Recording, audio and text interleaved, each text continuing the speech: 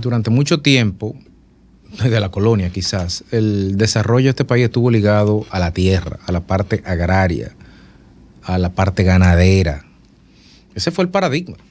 Ese fue el paradigma. De hecho, y Domingo no me dejará mentir, porque en el este, usualmente, esto fue donde pasó, en la zona de Higüey, en la zona del Ceibo, en la zona de Sabana de la Mar, en las zonas playeras, incluso los llamados hijos de la calle, hasta 1994, que entra el Código del Menor, si tenían suerte, le daban la playa, porque en la playa no se daba la grama, y entonces por lo tanto la playa no valía nada. La playa, eso era, ahí no se daban vacas en la playa.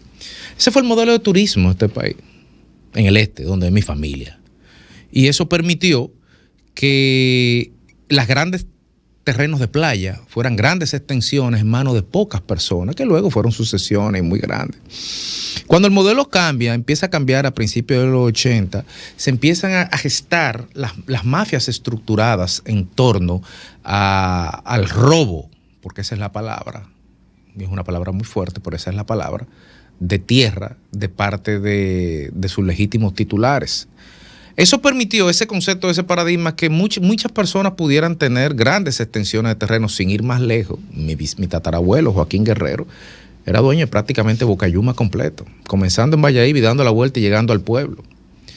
Y obviamente hoy la sucesión es enorme y fuimos objeto de uno de los fraudes por los cuales han sido imputados algunas personas en el Ministerio de Hacienda, con falsificaciones de firma incluidas. Si me llaman, voy y le digo cómo lo hicimos, y dónde se hizo y quién lo hizo.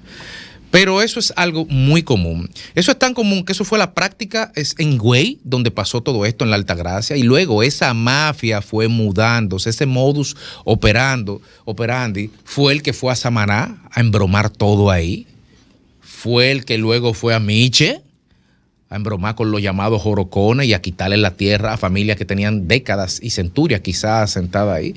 Esas fueron las estructuras que hicieron el fraude de Bahía de las Águilas. Y esas son las estructuras que cometieron un fraude que es un fraude de naturaleza privada, no afecta al orden público. No afectaría si no fuera sintomático de una estructura que todavía está operativa y de la cual el Estado fue víctima en su momento con el fraude de Bahía de las Águilas, que hay que decir que gracias a la labor en su momento de Dadilo Medina, ese inmenso patrimonio fue restituido al Estado dominicano. En la prensa está saliendo hace varios días un caso que me llama la atención y hablé con una de las personas vinculadas al mismo, que es el caso del llamado Costa Dorada. Costa Dorada es una propiedad de algunos 6 millones de metros, ahí en una zona que no valía 2 pesos hace 20 años, que es Sabana Way, cerca de las Calderas, al lado de los Corbanitos, pero que de repente, desde el momento que el gobierno empieza a decir, vamos a desarrollar el sur, ¿qué ustedes creen que pasó? Que las mafias que operaron en Higüey, que las mafias que operaron en Samaná, que las mafias que operaron se mudaron.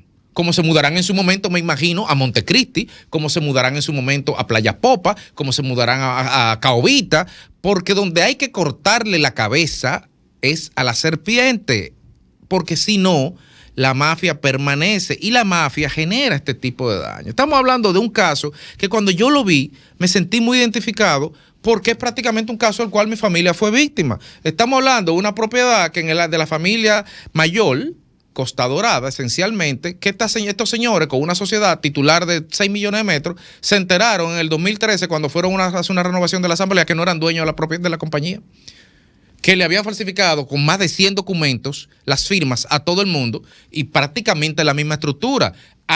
Nosotros, entre comillas, le vendimos a alguien que casualmente está muerto porque ya no va a poder caer preso, y entonces ese muerto, que se murió 4 años antes de los contratos, le vendió a las terceras personas que le compraron a una persona de buena fe, y entonces automáticamente ahí la cadena de responsabilidad presuntamente se cae.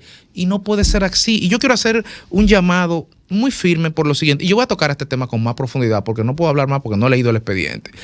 Pero es imposible hacer este tipo de maniobras fraudulentas si no es con la connivencia, con la complicidad de los agrimensores de la localidad, de los notarios actuantes, de las cámaras de comercio actuantes, de los fiscales actuantes, de los ayuntamientos competentes.